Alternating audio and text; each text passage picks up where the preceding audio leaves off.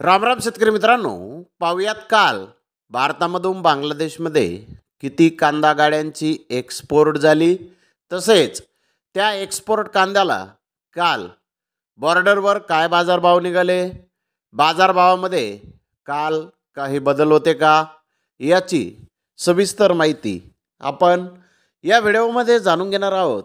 त्यासाठी मित्रांनो आपल्याला व्हिडिओ संपूर्ण पाहायचा आहे। तर मित्रांनो, काल गोजाडांगा बॉर्डर इथून 5 गाड्यांची एक्सपोर्ट ही झालेली आहे, तर मेंदीपूर बॉर्डर इथून 8 गाड्यांची एक्सपोर्ट झालेली आहे। हिली बॉर्डर इथून 3 गाड्यांची एक्सपोर्ट काल झालेली आहे।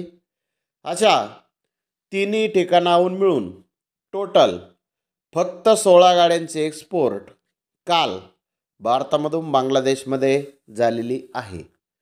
यामध्ये नाशिक जिल्ह्यातील कांदा होता, नगर जिल्ह्यातील कांदा होता, तसेच गुजरात येथील कांदा यामध्ये होता।